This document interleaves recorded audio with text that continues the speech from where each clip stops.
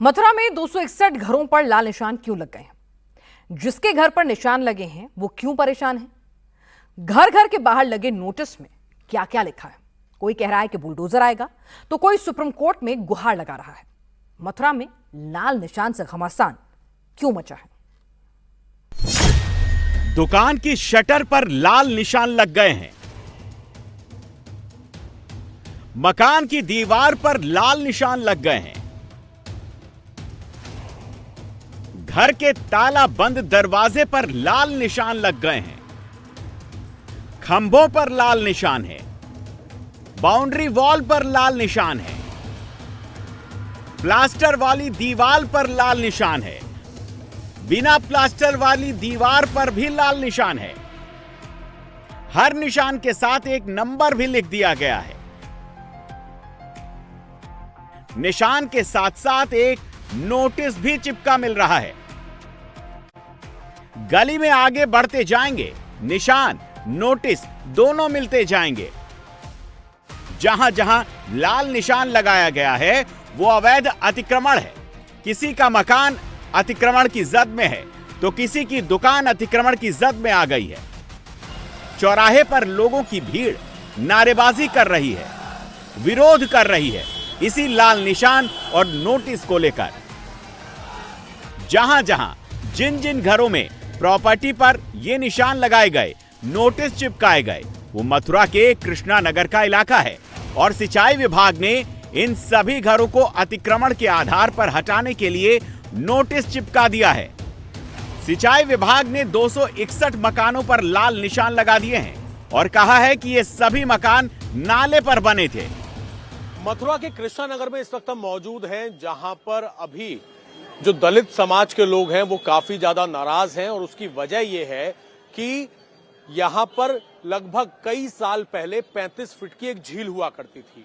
इस वक्त मैं खड़ा हुआ हूं, ये यहां पर झील हुआ करती थी और बाद में अतिक्रमण होते होते ये झील जो है 35 फीट की बजाय सिर्फ 8 फीट की रह गई और प्रशासन ने यहां पर इस तरीके से क्रॉस के निशान लगाए हैं, लाल रंग के क्रॉस के निशान। 261 मकान और दुकान जहां जहां पर आपकी नजर जाएगी इस तरीके से आपको लाल रंग के क्रॉस के निशान नजर आएंगे। प्रशासन का यह कहना है कि मामला 2014-15 में हाई कोर्ट में गया, उसके बाद सुप्रीम कोर्ट में मामला गया और हाई कोर्ट के अंदर यह कहा गया कि ये जो मकान है ये झील की जमीन पर अतिक्रमण करके बने हुए हैं, इनके ध्वस्तीकरण की कार्रवाई हो। मामला सुप्रीम कोर्ट में गया और सुप्रीम कोर्ट ने यह कहा कि अगर राज्य सरकार चाहे तो इन लोगों के पुनर्निवास पर विचार करे और उसके बाद कोई कार्रवाई करे। हाई कोर्ट के ऑर्डर पर किसी तरीके की कोई रोक नहीं लगाई, बल्कि ये कहा कि अगर सरकार चाहे तो इन लोगों के रहने के लिए, पुनर्निवास के लिए आवास की व्यवस्था की जा सकती है। इस इलाके में पक्के मकान बनाकर कोई 50 साल से रह रहा है, कोई 60 साल से रह रहा है और अब सब के सब परेशान है क्योंकि घरों में लग गए हैं लाल निशान। सिंचाई विभाग का जो स्केप है, नहर विभाग जो है उसका आगे देखिए आप, अभी आपने कैमरे में कैद कर लेना कि गणेशरा से होके आ रही है उनकी जमीन और इधर एक बैंड लगा हुआ बीच में रोड में। बैंड जो लगा हुआ है वो सिंचाई विभाग का है।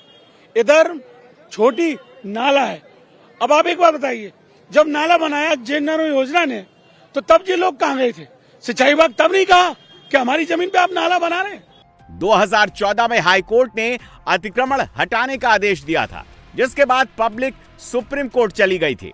सुप्रीम कोर्ट ने अतिक्रमण हटाने को लेकर कोई फैसला नहीं सुनाया, लेकिन ये उसी आदेश की कॉपी है जिसका हवाला देकर अब पब्लिक डिमांड कर रही है कि पहले उनका विस्थापन हो, इसके बाद उनके मकान ध्वस्त किए जाएं।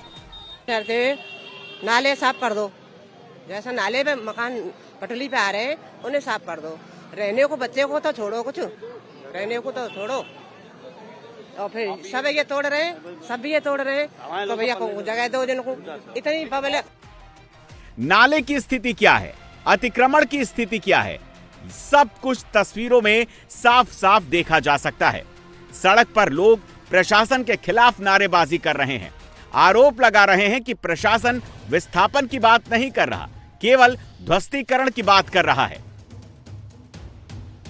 अब इन घरों पर बुलडोजर गरजेगा या नहीं, ये तो प्रशासन तय करेगा, लेकिन आने वाली 20 फरवरी की तारीख पर सुप्रीम कोर्ट में एक बार फिर इस अतिक्रमण को लेकर सुनवाई होनी है।